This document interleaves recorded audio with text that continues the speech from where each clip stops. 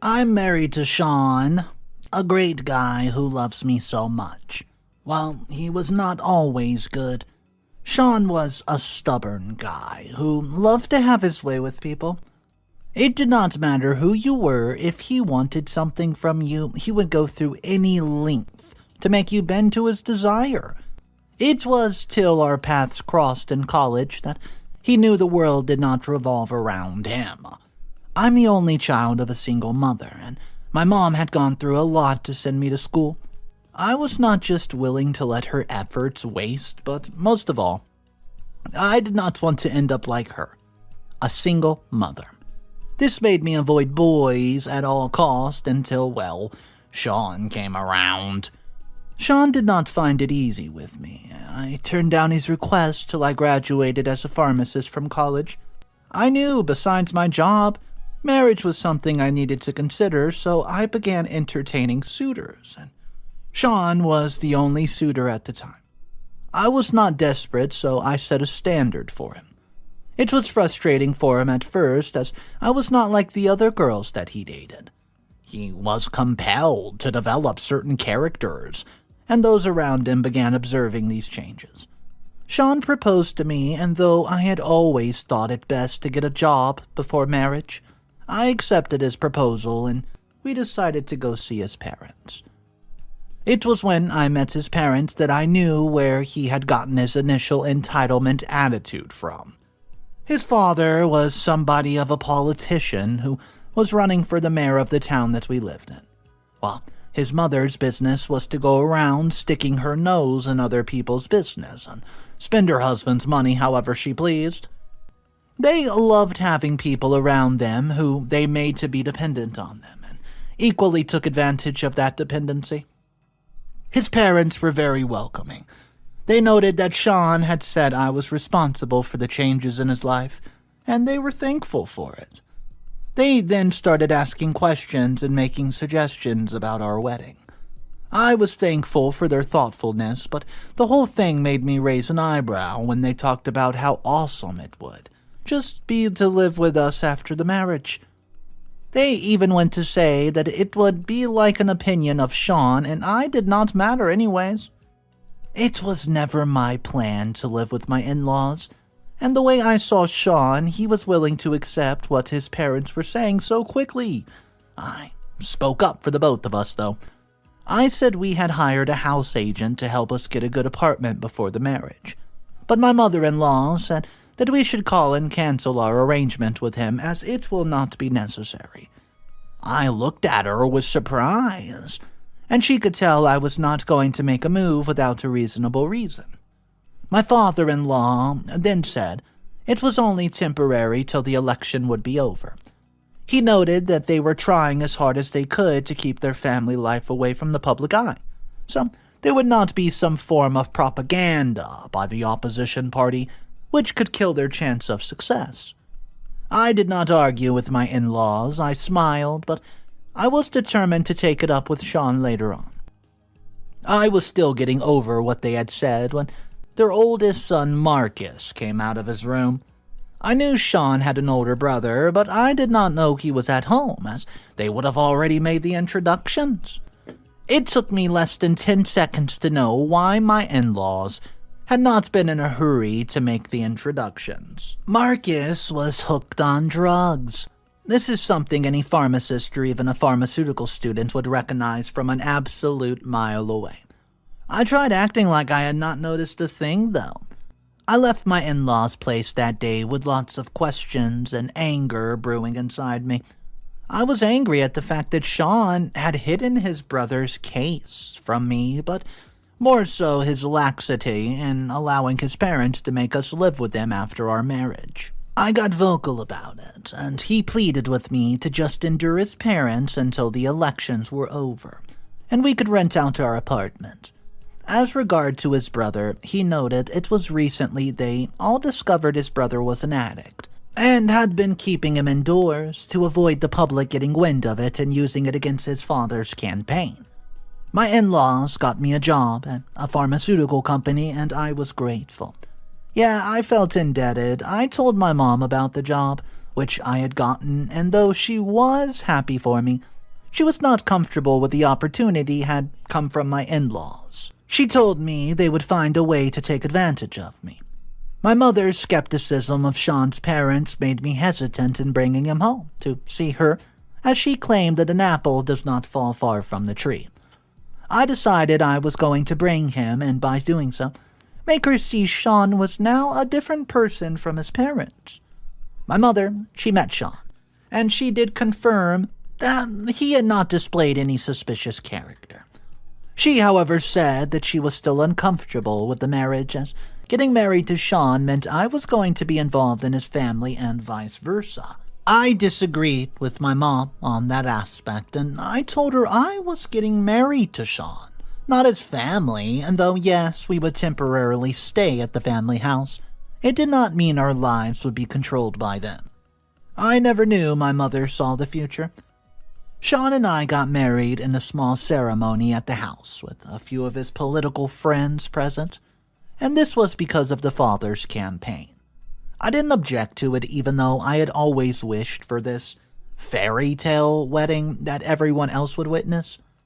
Things began great after the wedding, though.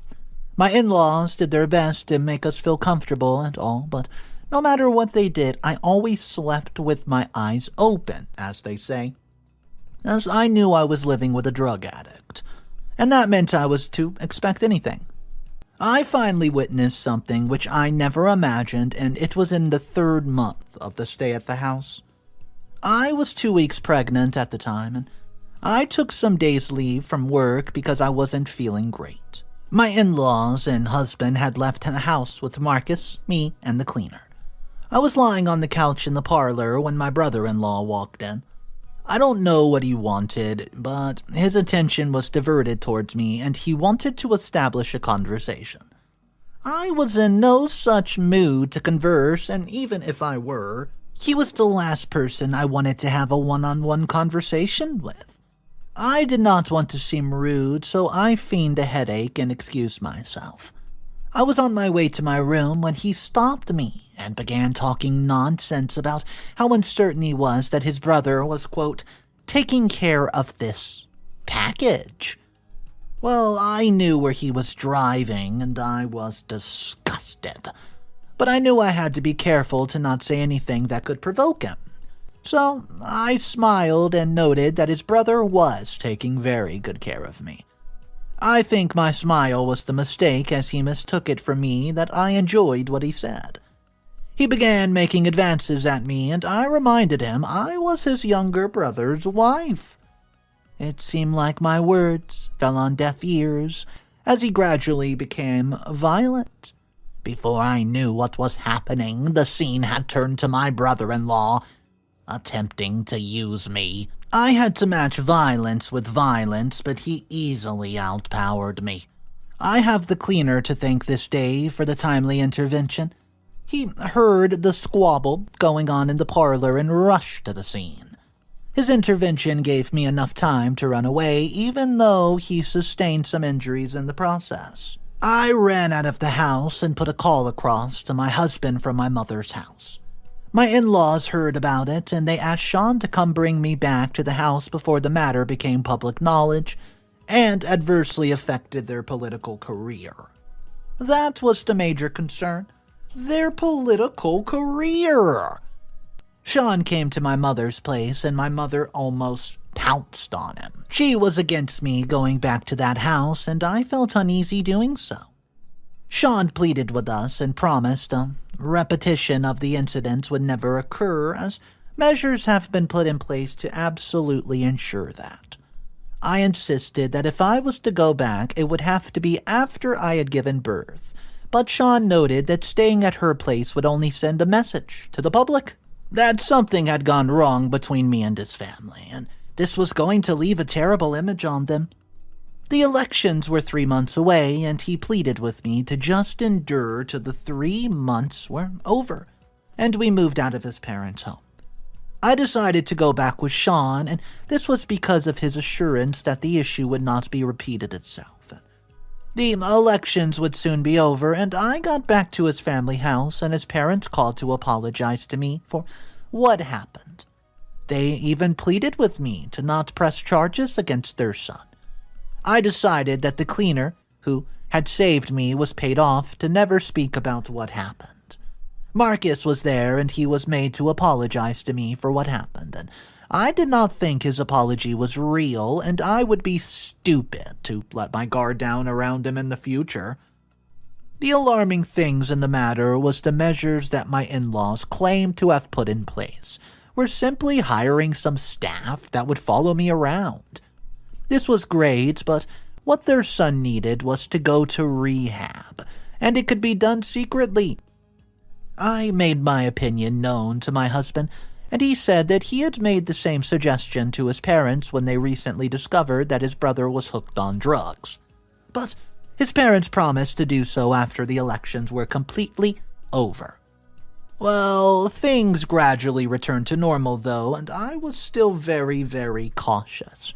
Marcus approached me one day while I was in the company of some staff and noted he wanted to see me privately. I knew he could not make another attempt towards me with the people looking at us from a distance, so I gave him an audience. I could tell he was uneasy, and this was not because he felt guilty talking to me. This was because he needed to get himself fixed. And by that, I mean he needed some drugs. Marcus said that he had found it difficult to sleep for a few days, and he needed me to help him get Valium. You see, Valium is a benzo drug, which is used to treat anxiety and sleep disorders, but that's not the only way to use it for drug addicts. They use it for a substitute of getting high. I immediately turned down my brother-in-law's request. This was not an over-the-counter medication that did not require the need for a healthcare provider's assistance. I could lose my license for doing so, and I was not and still not ready to throw away the career which my mom had broken her back to sponsor for me. I knew that with the restrictions placed on him, it was probably difficult getting his drugs the way he did. But one thing about the addiction is this is an addict, and they would always find a way. I don't know how he did it, but he reached out to some of his contacts outside the house, and they were in the process of bringing him to him when they were nabbed by the police.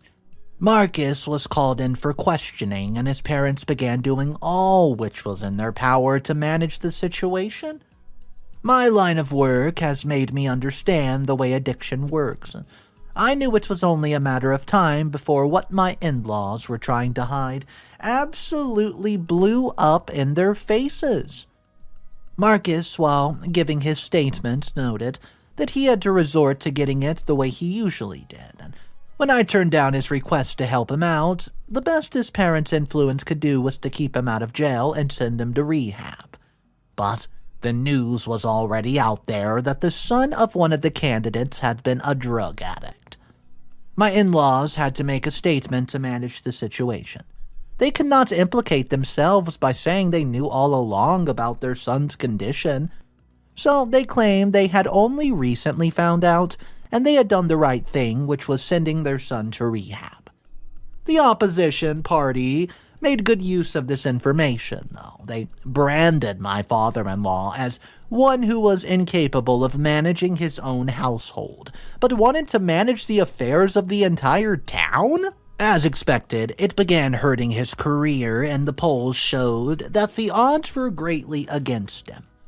My in-laws took it all on me. They blamed me for the situation, and I wondered why. I mean, they were to blame for their own misfortune as they created it themselves. They said I did not have their family at heart, otherwise I would have gotten their son the drug and just avoided the whole drama entirely. To be honest, I was taken back by what they said. They were implying that I would have gone ahead to put my career on the line for theirs. That is selfishness and entitlement, which my mother had warned me about, and I was done having that. I told them that if they had put the well-being of their son ahead of their ambition to run the town, then there would be no drama to start with. My husband was present when I spoke to his parents, and I think I had gone a bit overboard by doing so, but someone needed to tell them the truth. They did not say or do anything, as They did not want more drama, but it was clear that they now resented me.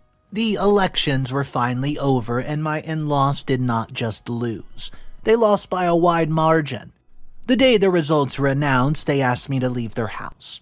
They said I was no longer part of the family and was soon going to be divorced from their son.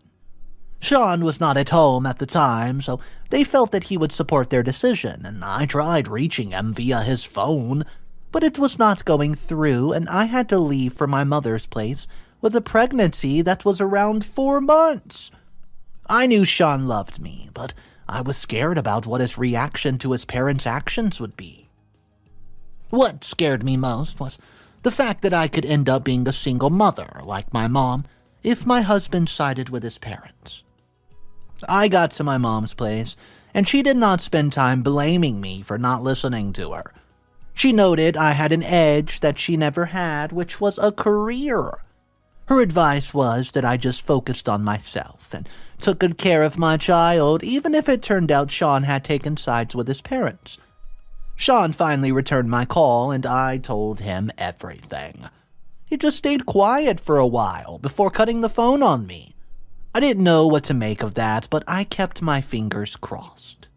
Sean showed up at my mother's house some days ago, and he came with his luggage. He had left his parents' house, or rather, he had been kicked out by his parents after he confronted them for maltreating me. Sean's currently without a job, as he worked at his father's business. He had always been dependent on them, and this made him unwise to save money. The little he had was what we used to rent the apartment in which we were currently staying at.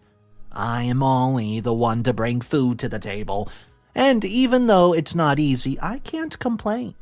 We may not be as comfortable as we were in his parents' house, but we're satisfied with living life on our own terms.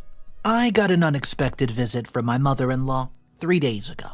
She came to my workplace, and being who she is, she was accorded some respect by my boss. I had even forgotten she was the one who helped me secure the job in the first place. She called me into my manager's office so that I would be submissive and malleable.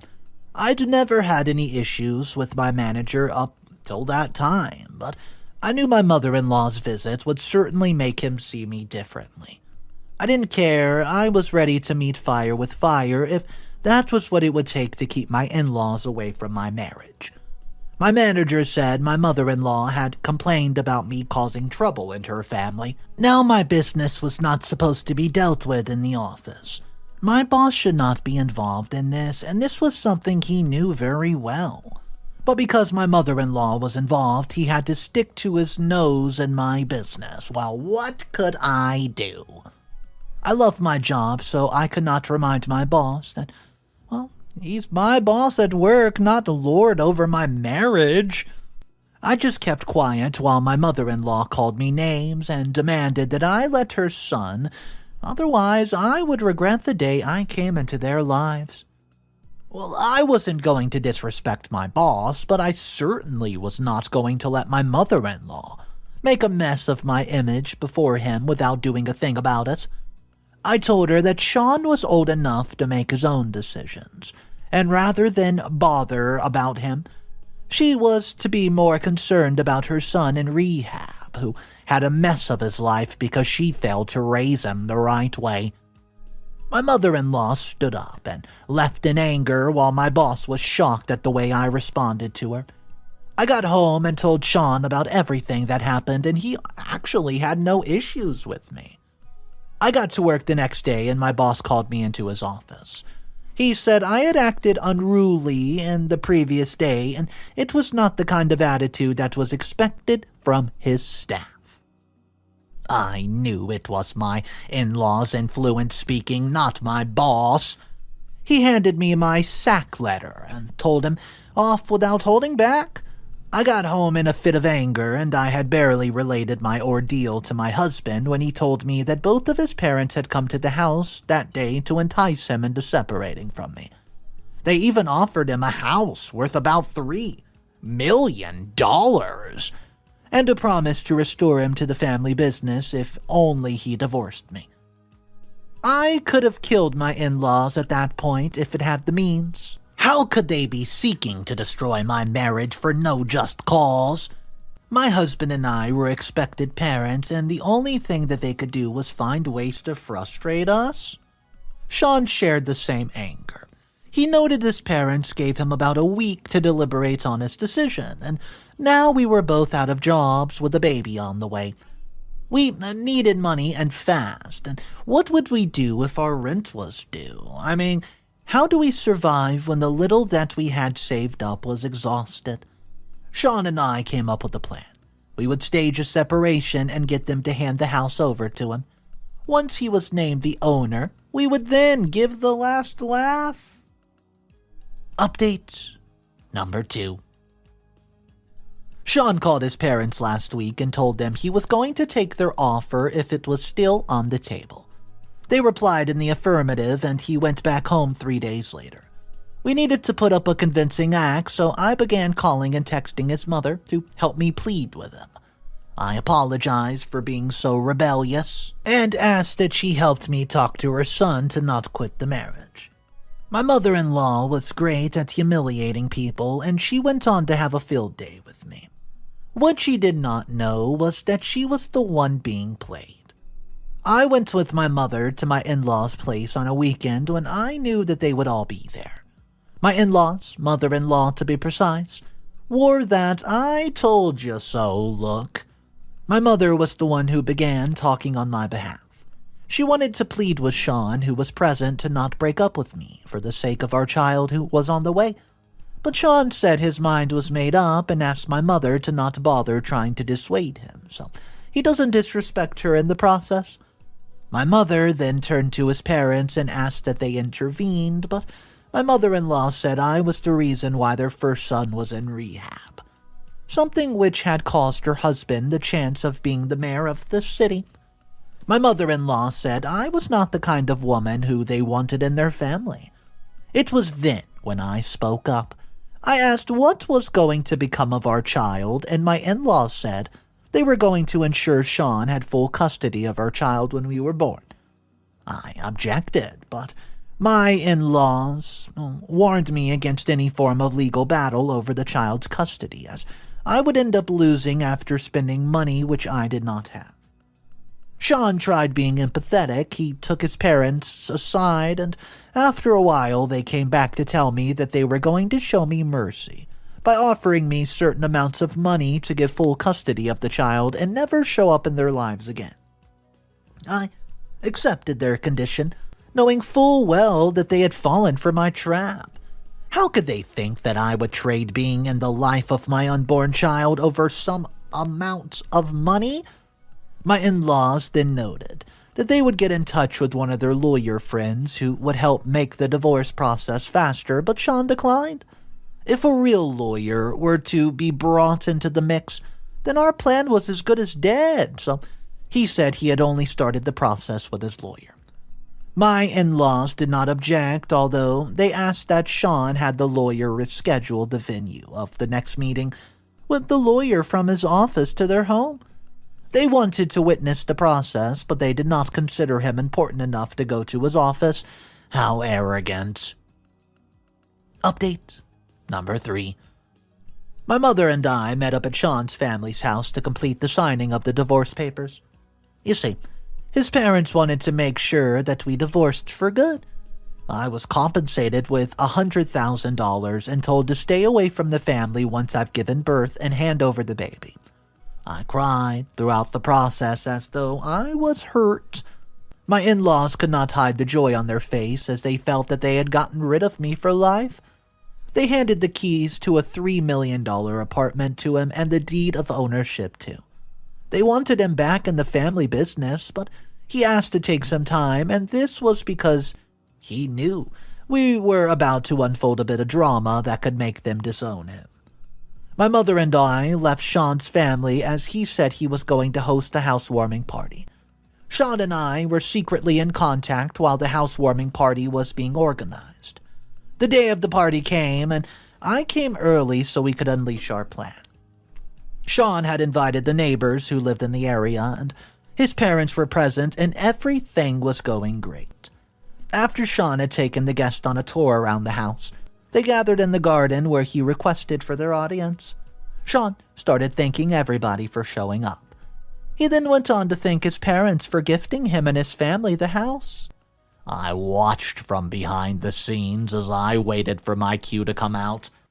I could see his parents' faces covered in confusion as they did not understand what Sean had meant when he said that they have given the house to him and his family. While they were still trying to decide if it was a grammatical error, Sean went ahead to tell everyone about how he had not always been the nice person that they saw standing before them today.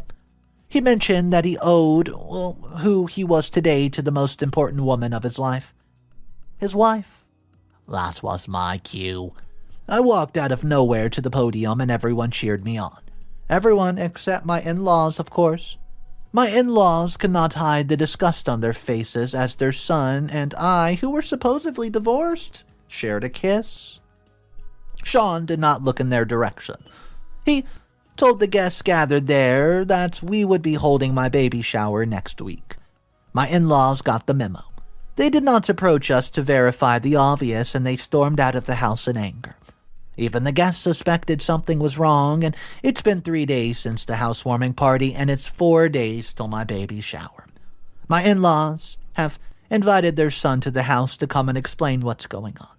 They are in for a shocker. Update number 4. My husband and I visited his parents, and I imagine their blood pressure was through the roof. They asked Sean what the stunt was that he pulled off the other day was all about, and he told them that I was still his wife. His father wanted to bite his head off. The confirmation that we had played a prank on them and even got out $100,000 was too painful for them to hold back their emotions.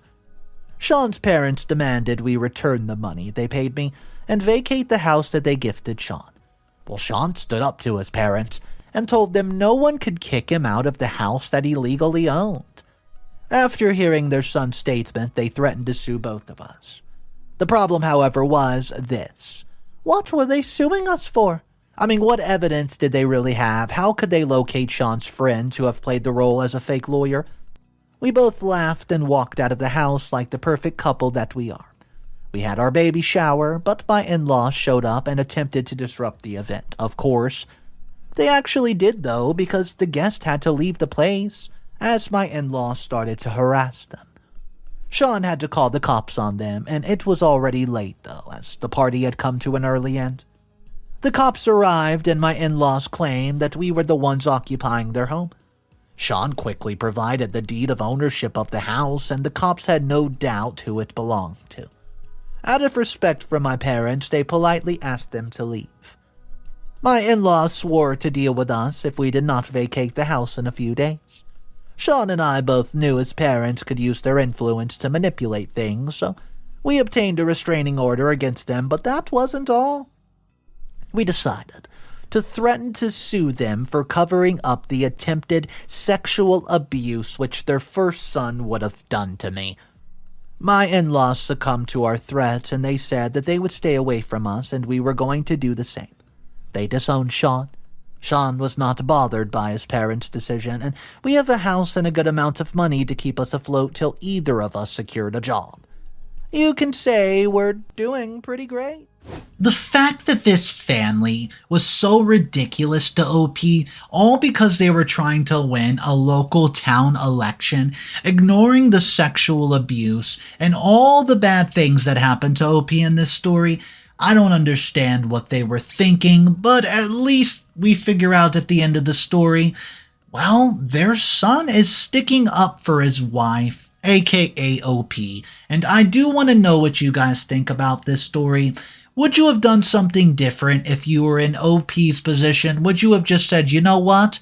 I'm leaving this entire family and I don't care what happens. Drop your comments down below in the comment section, guys. My name's Mr. Reddito. I narrate stories every single day. I'll see you guys tomorrow. Don't forget, though, it's cool to be kind. See ya.